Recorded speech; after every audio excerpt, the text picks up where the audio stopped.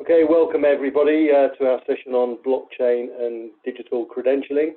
I'm very pleased to be joined by John Healy, who's VP and MD of the Office of the Future of Work at Kelly. So maybe, John, a good place to start would be for you to explain that job title, because it sounds like something out of the Jetsons. Yeah, well, I think actually it's what we're living every day right now. So the Office of the Future of Work is really about leaning into the change that's happening in the market. John, Kelly, like many other organizations, did the assessments in the market to see how we were being disrupted and what was going on. And the role I'm in is really about leaning into the change that's happening and identifying those markets. So I am, in large part, our internal disruptor, identifying those new market opportunities, trying to figure out how they'll fit into the organization, and helping people get comfortable with the change that's happening. And can't imagine a time that we have to get more comfortable with change than right now. Yeah, absolutely. Maybe you could also explain where you're dialing in from. We're all working remotely now, so where is remote for you? Yeah, so remote for me is at my home in Chapel Hill, North Carolina, so on the east coast of the U.S. So my airline and my hotel mileage counts are going down significantly this year as we all shelter in place right now. Yeah, I should explain I'm dialing in from about 40 miles north of London in the leafy suburbs of North Hart. So it's an international call, and we're going to address an international topic. So the first slide is just a very simple explanation about blockchain. So we don't want to dwell too much on what blockchain is. We're sort of hoping that if you are dialing into this call, then you do know something about blockchain. You don't need to understand exactly how blockchain works to understand the issues that we're going to be talking about. I found this particular diagram quite useful in understanding blockchain at its most basic level. In the old days, if you wanted to transfer something on the internet, you could transfer a file, a document, you could cut and paste text, and you could move it from one place to another.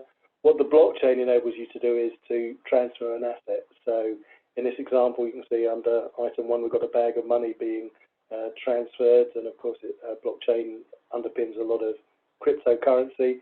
But if we think of the CV, the resume as an asset, then maybe that helps people understand basically why we think that blockchain could be important within our particular environment. I did put together a number of links that I thought might be useful for people, for those that are less familiar with blockchain. Firstly, we've got some SIA research on it. We've been writing about it since 2017. And there's also some external links as well that people might find useful. So by all means, follow those links if you're interested in this particular topic and want to learn more. So, John, where would you say we are in terms of the adoption curve for blockchain generally? It seems like a lot of people are recognizing its potential, but there's little in the way of proven business models yet, and there's still sort of elements of distrust. So where are we on the adoption curve? We're still early, John, but even if you just look right at the slide that you had up there of the research, it goes back to 2017 that you guys have been publishing research on this. So this isn't brand new, but it is relatively new in terms of the adoption curve. And a lot of that is because a blockchain technology or any kind of a system that's underpinned by any technology, and in the case of blockchain technology, it's kind of a shared database. It requires a larger group of people or a consortium to come together to really make that happen. It's not something that an individual staffing company can say, oh, we're now blockchain centric. That's not going to really leverage the technology that's there. Same for corporations. But when you look into the marketplace, you can see some really good examples of where blockchain is becoming more heavily invested into. So if you look at capital markets, how finance and currency starts moving around, you're starting to see a lot of organizations starting to focus there. If you look at insurance, trade finance, if you look into the payment system. So you started hearing a lot of the finance side of things, not the cryptocurrency, side, but how do we make sure we move assets appropriately from one location to another? But if you also look in that list of the top 5, one of them that's out there is digital identity. And being able to have a trusted identity of whomever it is that is conducting that transaction. So the individual inside a corporation, the individual who is a pure individual, maybe an independent worker, maybe someone who is purchasing something that you want to make sure you know who they are. You're starting to see some things there. So we spent quite a bit of time getting to know kind of which industries and which groups of companies. Is it corporations testing it on their own, or a consortia being built to try and do things to figure it out? So I think what you're waiting for within our industry is when are those groups going to really start coming together to say we're going to make a difference as a whole as opposed to operating as individuals. Right. I know that's a topic we're going to work on a little bit more deeply.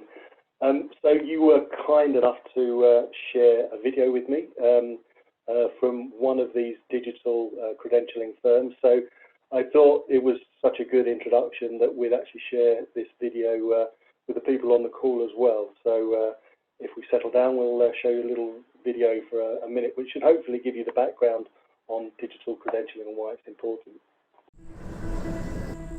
What do we want out of work? Make a living? A sense of autonomy? Connection? A sense of pride? 4 billion people are connected online. Cars drive themselves, and appliances can communicate. Yet we still rely on resumes to navigate through the stormy global labor markets. What if we could turn work achievements into digital credentials, verified, secured, and truly global? What if everyone was invited to claim theirs, own them, privately store them, use them to access better opportunities? Introducing Velocity, the world's network for verified and trusted career credentials, designed for the digital age. It's governed by a nonprofit foundation set out to put people back in control and build a globally accessible, trustworthy Internet of Careers. It's powered by blockchain, making it trusted, private, and effortless. For Victor to apply for a new job, for Io to verify her engineering degree, and for Neri to assure her nursing license is valid.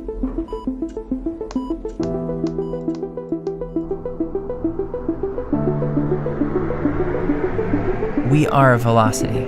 Join us as we move to change the world of work.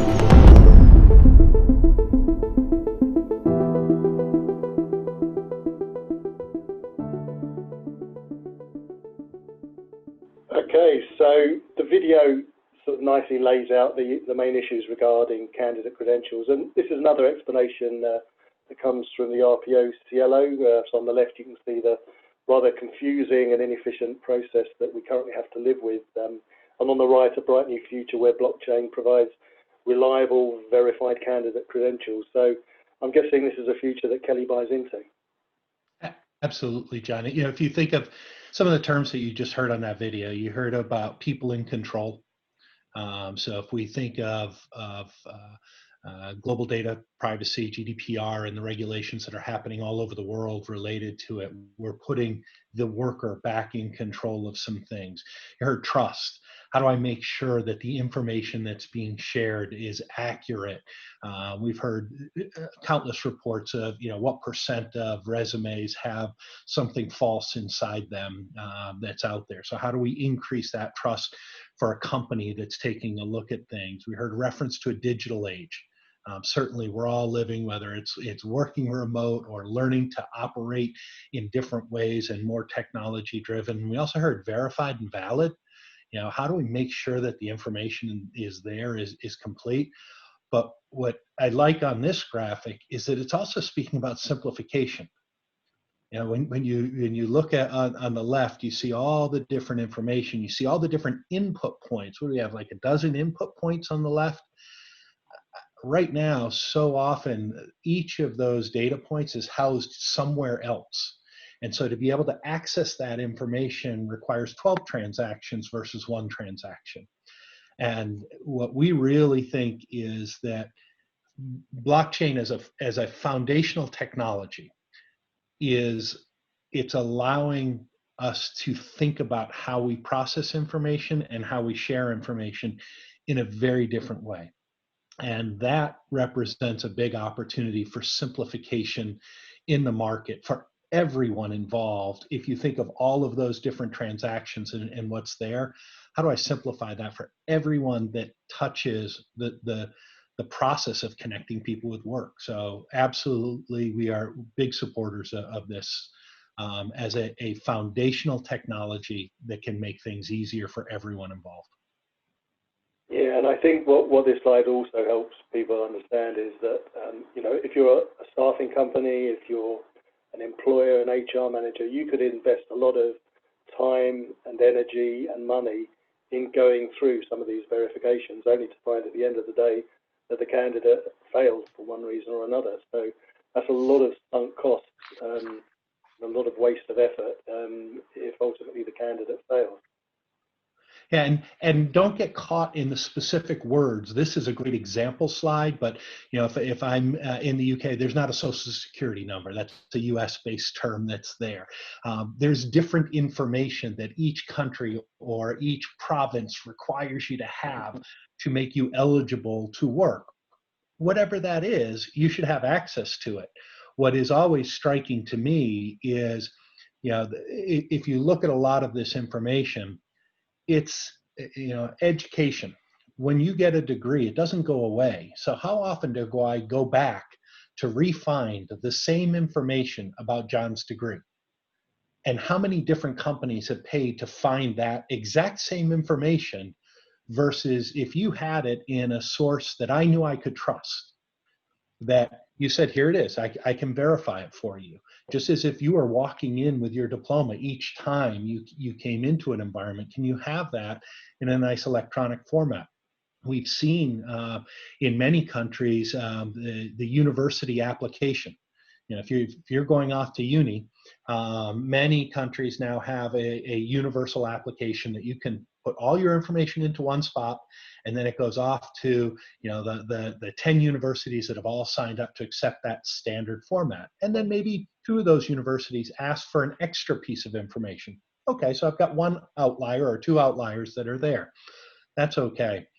Same thing right now, health records. Wouldn't we all love to have all of our healthcare information into one spot so that when you're doing telemedicine and you're talking to someone and you wanted to refer to a previous report or a previous blood test or a previous x-ray, that you had access to just share that instantly with someone and they knew that they could trust that that was coming from a verified source, not just you making things up. It's all of those things that as we start thinking about it in practical application, we start realizing that this underlying technology allows us to think differently and imagine something that's very different than the way we operate today.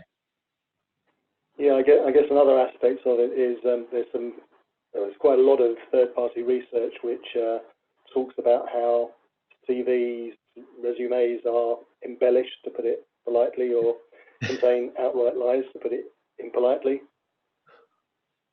Yeah, and so how do we have that? And again, those are challenges. I would also say job descriptions have that same amount of variability in them as well. Do we have people that are working on the front line declaring what's there? So when you have subjective information that's being put in and it's random, it's very hard to establish formal trust system around it. So I guess I don't come here today saying, oh, blockchain's going to make the matching process perfect. Everything will be 100% verified and it's just going to come together and everything will be true. But you know what? We can look down in that list of, 100 items that you go through, or the information that you collect when someone is applying for a job or when a company is doing a search, and say, out of that list of 100 items, are there 50 of them that are pretty standard, that are pretty constant for everyone, that pretty much stay the same from one employer to the next, to the next, to the next? And if we can pick off those to start, and then start looking at the next ones and seeing what's there, I think we'll actually get to some standards. If you look at some of the technology standards that exist in the marketplace, EDI, electronic data interchange, came out because the big three automakers owned enough market share at the time to declare, if you didn't operate with that standard, we were going to move away from you. And so suddenly everyone started adopting it. If you look to RFID, that was Walmart, who had enough market share in the retail business to say, if you want to do business with Walmart, you will put RFID tags on every container, and then eventually every product that's coming into our organization. Suddenly you had a standard. When you look at workforce, there's no one who controls a dominant market share of our workforce. And so the question is, how do we get people to really come together and think about this in a very, very different way?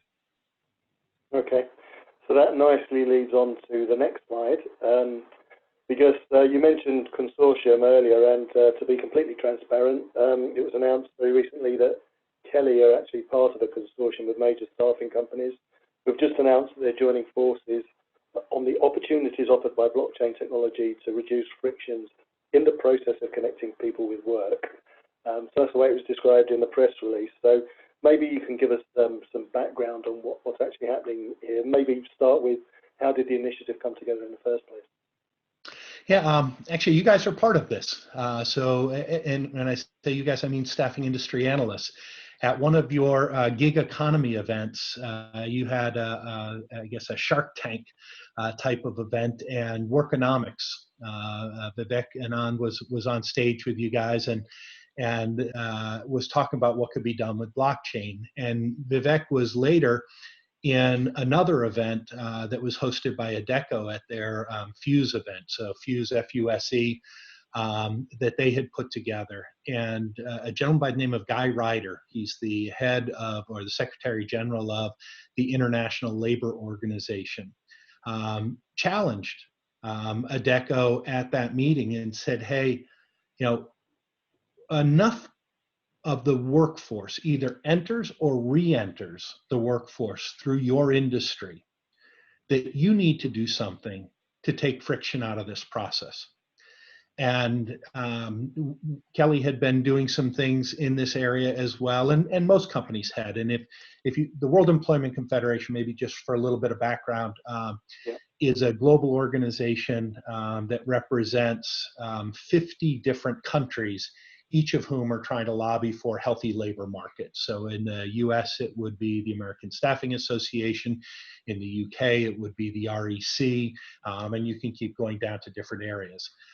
I happen to chair the corporate member committee, so I met with the folks at Adecco about this, and then we engaged other corporate members, so Randstad and Manpower Group and RGS, a lot of people know as Recruit, GI Group, and then the team at Kelly. We came together to say, what can we do to kind of step up to the challenge that Guy Ryder issued to us, and where can we come together as an industry to really take some friction out of the process? So it's actually a pretty cool meeting. We went to a spot in Zurich called Trust Square. It's almost like a WeWork facility that is exclusively housed with blockchain companies. And we spent 2 full days learning about the industry, kind of challenging ourselves, not trying to get involved with any competitive areas. We're certainly cognizant of antitrust rules on that side of things, but saying, what can we do collectively as an industry to come together? And so we've begun that process, and by issuing the press release, what we're also doing is inviting others to come in and participate. We think that there's a true opportunity for our industry to step in and say, there are ways to make the process of connecting people with work a whole lot easier. That The background check is information that can be shared from one organization to another, because it's really the individual's information. And what I would say, John, the most profound piece coming out of that meeting was the group of people sitting in that meeting was raising the question of, when an individual comes into any one of our offices, and they provide whatever information they do as part of an application process, whose information is that? Is that mine? Is it Kelly's information? Or is it yours because you came in and provided that to me? And there was an open acknowledgement amongst all of us that that information remains the information of the worker, not of us. And that's a fundamental change in how our systems are designed, how our approach has been taken inside the market. And we think, actually, if we can come together and do something collectively, not necessarily building a software, but helping set standards here, we believe that we can make a difference, not only for our industry, but for all industry, for our clients, making it much easier for the individual to come in and bring their information, make it much easier to get that job, to know who they are, to have verified information from the beginning. So I'd say we're in early stages. I think you've been around some efforts of our industry to come together and found some things along the way, and often that leads to an awful lot of complexity. But I was quite excited by the level of executive commitment that each of the organizations brought forward, and the level of active participation they had through the meeting and since the meeting as well. Right. Well, it's nice to hear that SIA had some influence in the conception of this. But you mentioned antitrust issues. I mean, this initiative doesn't work if you try and frame it that it gives the initial participants some sort of competitive advantage, does it? So this only works if you're doing this on behalf of the wider industry. And I guess it's an acknowledgement that with this particular issue, with candidate credentialing, there is no competitive advantage. Correct. Your credentials are your credentials. And I think that's one of the things that we've tried to focus on from the beginning, is a recognition. We're not going to build a software that's going to be proprietary, or it's going to be owned by Kelly or this group of company. That's not going to work to truly get something in there. Even if, when you listen to the Velocity Career Labs video, they reference that they're a nonprofit kind of overseeing what's there. Velocity might be the answer, but it might not be. That's kind of one of the lessons that we learned as we went into the market and evaluated other industries who have done it. You're often seeing multiple consortia being built simultaneously, and you start learning and seeing, okay, which ones really are fitting, which ones are not, who's getting the buy-in, who's really extending to enough people that you're truly influencing things. If all you're solving is your identity, then you're leaving other elements just sitting on the table. So I want to be able to verify an identity. I want to match the worker. I want to do credential verification that's in there's worker payment platform. So all those things need to come together at some point. So the risk here is, do we start trying to boil the ocean and get something that's all encompassing?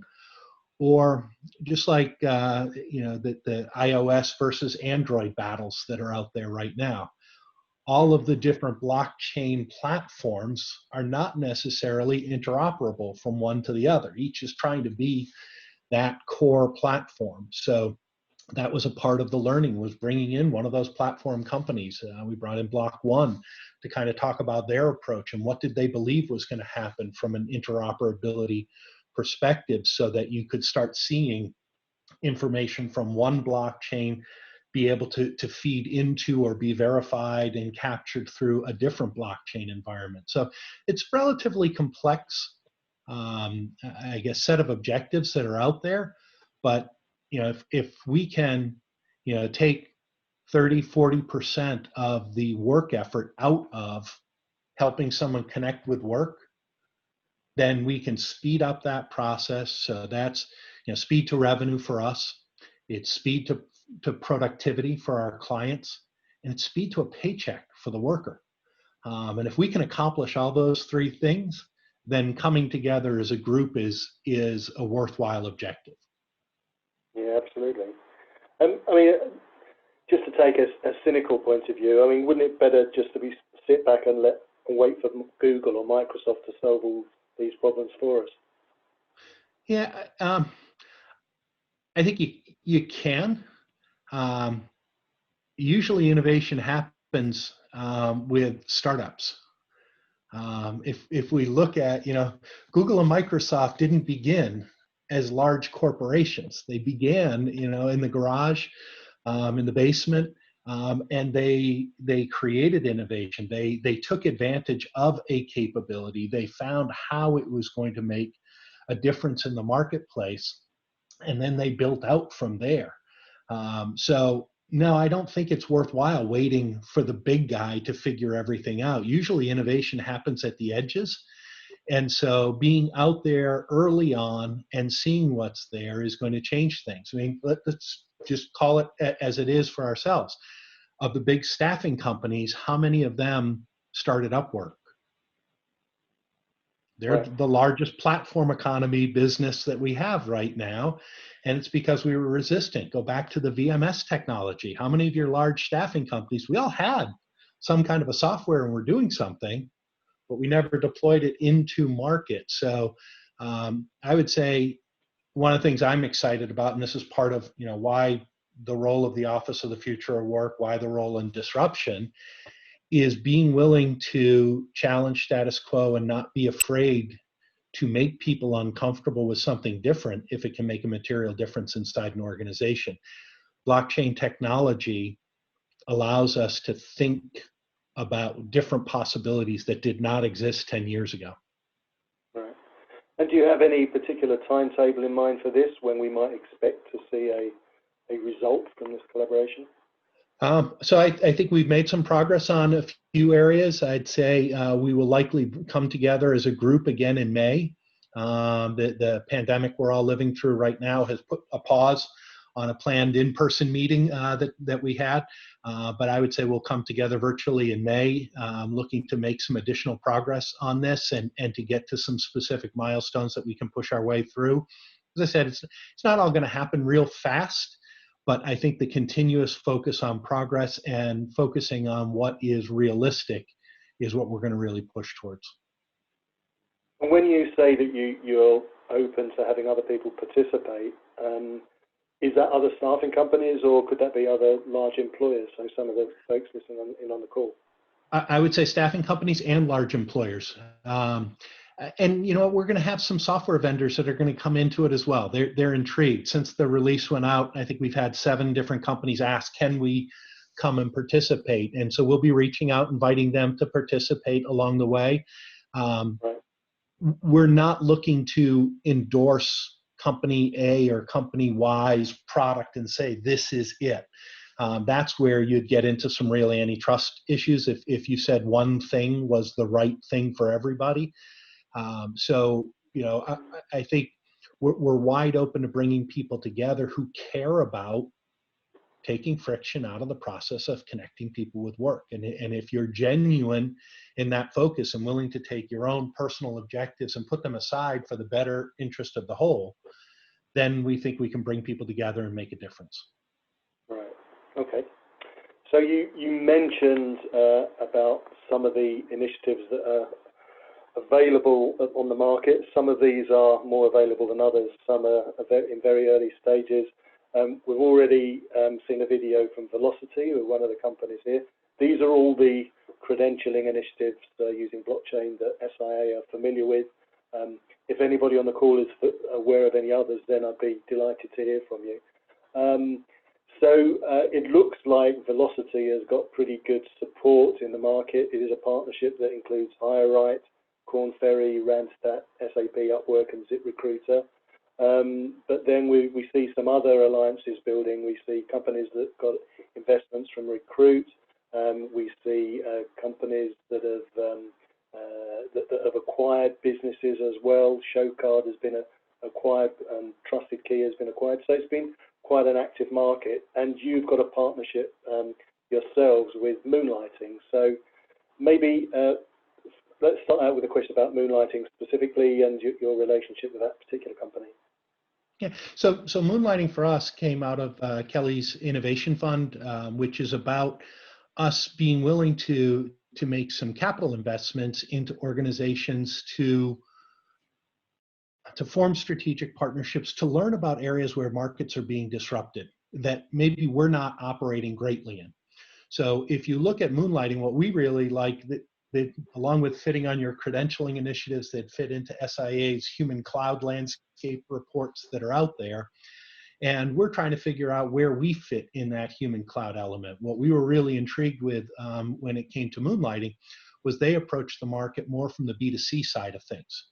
So they have coming up now on about 800,000 people in their data set who are actively moonlighting, finding gigs, picking things up. In fact, as part of this pandemic, we recently issued a press release noting that we sent all of Kelly's substitute teacher workforce that are suddenly out of work over to moonlighting, and they're available now as tutors for families, and just gaining access to gigs as a way to keep working, keep access to things, and help families out along the way there. So moonlighting has been about learning what's there. Block One became an investor in moonlighting as well, as they look to migrate them into more of a blockchain environment. We think that there's some really neat opportunities when you think about credentialing, when you think about coming to standards. This whole idea of credentials, it's a wide open area. Credentials, okay, so I have a driver's license. Yep, I've got a degree. Yep. Remember when Cisco certification was like the holy grail for anyone in networking technology? You got that and you were great. Welding, there are certifying bodies that do that as well. For an electrician, maybe there's, I know the US market better, so welding, there's only one body that certifies you for welding in the US. Electricians, there are 4 bodies that certify for that. What other credentials can you come up with that you can start looking at and recognizing, because I see that credential, I now know that I trust that that's there. It's zero knowledge proof is one of the things that you'll hear as a term put out, that if I saw a little check mark, we all look at on our websites, we see the little VeriSign check mark, and we know that we can trust that website because of that VeriSign logo. Where are we going to start seeing some of that trust forming on individuals' credentials? That's where we think that there's some real opportunity. So that's something that we've been exploring with moonlighting and seeing what we can do in areas there. We think that lack of standards within the way workers experience their accomplishment, their history is acknowledged, is a pretty big gap inside the marketplace all over the world right now. So that's a big part of what we're trying to do with moonlighting right now. Yeah, I'm wondering, as I say, we're aware of these initiatives. We're not aware of how good some of these initiatives are. In fact, I'm fairly confident that most of the brands that we're looking at here will fail miserably and disappear. But maybe there are some that are worth mentioning. You've already mentioned Workonomics. Smart Credentials has got support from PwC, a little initiative there that looks like it's worth watching. The Decentralized Identity Foundation, DIF, that's got a lot of support from a number of different parties as well. Are there any other initiatives that perhaps you're more familiar with that look like they may be more solid than what you're aware of? Well, just knowing your audience of people who attend the CWS event, look at Workday credentials being listed there. Think of an individual, if you're a Workday shop and you hire someone in, and during the application process, they're able to put in a digital key that allows their information to flow directly into your system, into your HRIS, into your ATS, into whatever platform that is. Ideally Workday. That that information suddenly is there that says, okay, here's who I am, here's how long I've worked here, here's what my pay information is, what information is appropriate to be shared over. Maybe it's not details about the projects that I've worked on, maybe it's not details of the org chart that I live in, but there's certain information. Certainly my name and address is not anything that I need to protect and prevent you from sharing with anyone else. Anything that's on your resume is shareable. It already is today. So I think Workday really stands out as one to keep an eye on for organizations that are out there. They would be one of the big players who I think is going to make early stage movements to help enhance the value of their product to the market without question. Yeah, I mean, I mentioned that perhaps half of these initiatives will fail, but actually, if we think of what the ideal future looks like, don't we actually want some of these to fail? We don't want to end up in a world where there are too many blockchain platforms to do credentialing. Wouldn't it be better if we ended up in a world where maybe there were just 2 or 3 that were very successful? Yeah, John, I had a chance to present at a blockchain event and have conversation. I was listening to a whole variety of different companies that were trying to build some things in there. And all the ones that were working in this HR space of some sort, in the end, what they all sounded like was almost like a credit checking bureau. That it's, oh, okay, I'm going to make sure that John is who he says he is and has done the things that he says he did. And I have that. And I'm going to start scanning that down, and I'm going to come up with a rating system. And every one of them said that their rating system was unique and different and going through things. And when you sat and you listened to all of it, it sounded like the 3 credit checking bureaus in the end. And what I think you'll get to is a handful of platforms that are really there. But until you go through the testing, it's kind of like machine learning right now. We're all hot on machine learning. Well, if the algorithm doesn't have a whole bunch of good data to run through it, then the algorithm is going to be questionable. So what I think you're seeing right now in all of these companies, one, you're seeing an attractiveness of a marketplace. 2, you're seeing a business problem. The people are fed up and frustrated by something, enough so that they said, I'm going to go out and build a business to solve this problem. And 3, enough different ways that you can possibly solve it that we haven't gotten to an answer yet.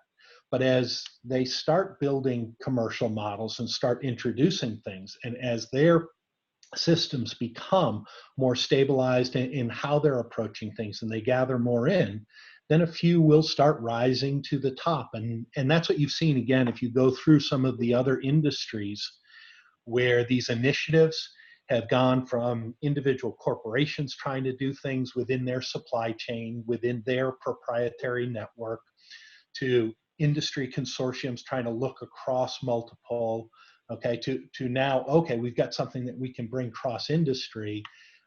There's a pretty consistent pattern that you can start seeing. So I would say we're on the late stages of that first wave of people starting to get a feel for, okay, there is something viable. I do need to be evaluating. I do need to be investing. I do need to be experimenting, but I'm not converting all my systems over today.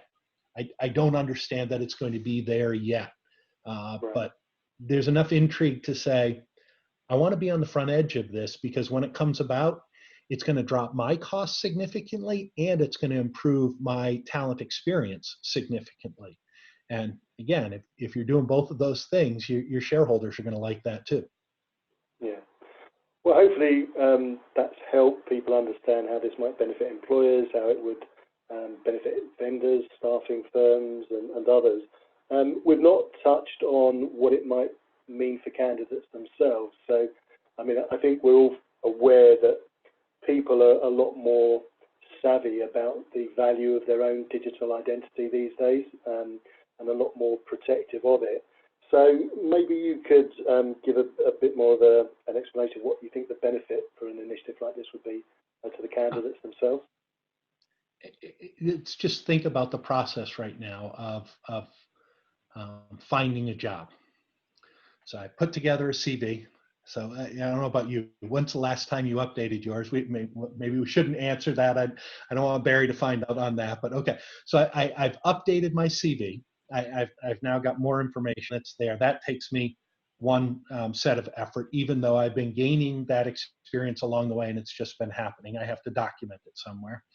Now I'm going to maybe post my CV out to a job site or a job board that's out there, or I'm going to submit it multiple times for applications to see what's there. Then if I'm going to be interviewed, I'm going to be asked to fill out a lot of that same information again. Maybe someone's ATS has consumed some of it in going through there. If you just keep going down that process of going from I'm interested in doing something until I'm generating a paycheck, how much information that individual has to pull together, ask others to go out and get. Someone pays to go out and get it. If you think of your background screening companies, they're paying someone to go get that or to verify your work history and go through that. You're looking at least in many cases 2 weeks of effort for someone to go from I see something that I'm interested in before I can generate a paycheck. If we can cut that 2 weeks to 48 hours, you're changing people's lives. Especially, look right now, in this pandemic we're living, you have, again, I apologize for giving US numbers. We got 10 million people who have filed for unemployment in the last 2 weeks. Yet we've got plenty of jobs out there for people to go into. Are they really going to have to start the process and go through it? And oh, do we want to go do a background check, or are the courts tied up with other things, or maybe closed? Do we want them to go get a drug screen, or wait a minute, are those clinics supposed to be doing something else? And if they got one 2 weeks ago from someone else, or they have a history of 9 drug tests over the last 20 years in their career and they've all come back clean, do I really need to do that right now? It gives us a chance to pause and rethink and just say, all right, if I have access to more information that I trust, how can I get that person working more quickly? And I think that's where you're going to really see things. So if you take that as one, and then the second is the whole idea of data privacy, that your information is your information. You're going to be able to control who has access to it and when. You know, that when I apply for a job, and I apply at 4 different companies, I can provide that information to all 4. But once I've taken a job, do the other 3 need to still have that information in their system? Or is it time to say, you know what, I didn't like my experience with you, I want that information purged? And the rules already say we can do that, but I can probably be in a spot where I can take more direct control over that in the near term. So I think, you know, say liberation from digital feudalism. I love that description that's there. But this is the democratization of data and better sharing of information to who you believe should have that information and who truly needs the information to make sure that what is shared can be trusted. And when you're giving the candidate control of the data and deciding who has access to it, who can see it and when, then I guess a lot of data protection issues, which I know are a big challenge for many, a lot of those fall away. Yeah, it's yeah, I can see a day, John, in the not too distant future, where we're looking, and maybe I'm a staffing firm and I'm looking down and I can see your background and you tell me what you're interested in and you help me understand what's next for you, what you're going to do in your career and how you're going to look at things. And I say, geez, John, you know what? I don't see that you've done any kind of a personality profile to really understand what firm is going to be right for you. And most applicants who are going out looking for positions have that profile. Do you want a complete one? And suddenly that information's there, but now you have it for you. And just because, you know, take the moonlighting example I gave you, I don't have access to all the families. Kelly sells to large corporations or to large education systems. I don't have a B2C relationship with all the families who right now need tutors because they're homeschooling their kids. And I don't remember 5th grade geometry very well. I would hate to have to be doing that. But if I can find someone who can help do that, and I can trust that they've met certain credentials and standards, wow, does that make a difference for me right now? So I think it opens new marketplaces for everyone. Right. Great. Okay. And then we talked about, maybe there are some reservations about blockchain, and we've painted a beautiful picture of this bright new future where everything is more efficient. But I think we should acknowledge that there are some barriers, and I've put them on this slide. Maybe you can talk us through some of these and how you think we might overcome them. Yeah, I think the interoperability is one that a lot of organizations get panicked about early on. And that's why those consortiums become important along the way of, who's going to bring some things together. Indications I'm getting is that each of the core blockchain platforms, whether it's Block One or it's Ethereum or it's the others, they're understanding the need for that interoperability. They would all love to be the only standard, but that is a thing that they're going to have to deal with. Just like Apple and Google dealt with the whole Android iOS fight and finally said, okay, we can let apps operate on both platforms. So I think you'll get there and move through that. The legal framework is going to be a complex one. And that's why, from our view, smart contracts being a common thing. Now let's just think, pay rate, bill rate, that's all information that's going to be housed in the contract. If we have that information stored in a digital way that's there, I think we can start getting people comfortable with the framework of the transaction, but the framework for controlling the blockchain and who has access to information and who will govern that is a big issue, and one that is going to have to come through. And again, there will be a lot of resistance if corporations own it. So that's where you're back to, should we just wait for Google or Microsoft? I think you're going to have a trust issue if you have some of them owning it. That's one of the things I do like about Velocity Career Labs and their approach as a nonprofit being there. The fragmentation, absolutely an issue, and that's why the consortiums.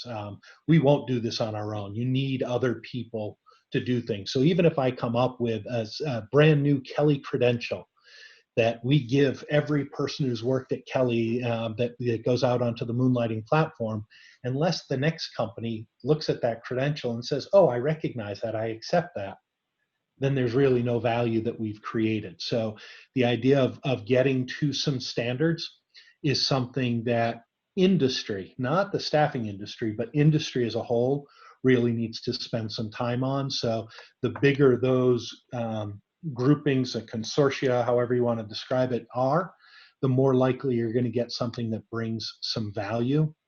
And the distrust, I would encourage people just step away from cryptocurrency as a part of it. Think of blockchain as an underlying distributed database. It's a database that we're all sharing.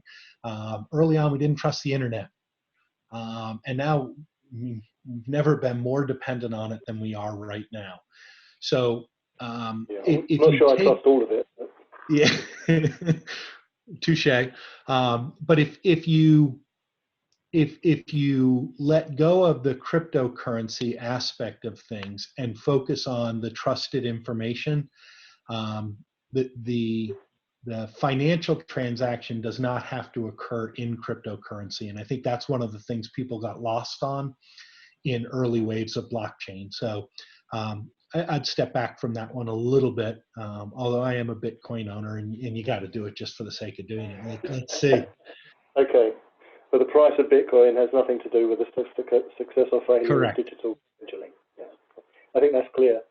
Okay, I've just got one more final slide, and one thing that I've been wondering about is it does seem that candidate credentialing is a close cousin to identity verification. So not only can you prove that you've got the qualifications that you say you do, but can you also actually prove that you are who you say you are? And we know there's a lot of work being done in this area as well, and there is some immediate crossover because some of the firms that we showed on the previous slide of initiatives are actually working on this as well. So do you envisage these sort of twin concepts coming together at some stage in some sort of holistic digital identity credentialing solution, or are they going to remain separate streams?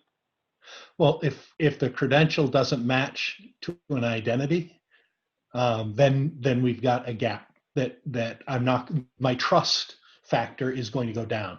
So yeah, I absolutely see them coming down. And I think, again, you know, everyone's looking for what are going to be the silver linings coming out of this pandemic and what we're going through. Look at universities and corporations that are doing remote work right now, remote learning that's happening. And if you go into the education side of things, making sure that you're not cheating, making sure you're the person actually taking the test is one of those areas that has long been a barrier to a lot of the aspects of remote learning. So you're seeing the identity verification really start cropping up into the education space very aggressively right now. I think you're going to see things streamline and move very quickly there. And that's a spot that I would encourage corporations to start looking at as kind of a learning ground, just like our military has been a technology learning ground, especially in the telecommunications side of things that's out there. Our space programs have been a big learning for a lot of the science that's been there. I think that the universities are going to do a lot on the identity verification side of things as an industry group that, I guess, large enterprises or corporate private industry is going to be able to learn from, grab hold of things, and I think there's big opportunity there. So, yeah, I would absolutely expect that identity verification will be a big part of this. That's great. Okay, well, thanks very much, John. There's a really interesting overview. I'm sure people will find it quite intriguing, and I'm sure people will be keen to keep an eye on what the consortium is able to deliver, and hopefully we will be heading to this bright new future that we've laid out.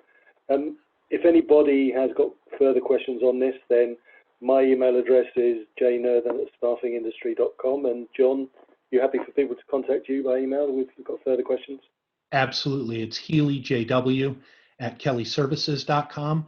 And John, I just want to make sure to thank you and thank SIA for actively covering this space, for looking at it and saying that there is something. And the fact that you've been covering this from 2017 forward is a very clear indication that you guys recognize that something is afoot here that may change things. And I'm proud proud of our relationship with SIA when we see you guys coming into different spaces like this and actively exploring and challenging each of us who are operating in the space to think about it differently. So thank you. Thank you. It's very kind. Thank you very much, John. And thanks again for your time. So that's it. Thank you. Cheers.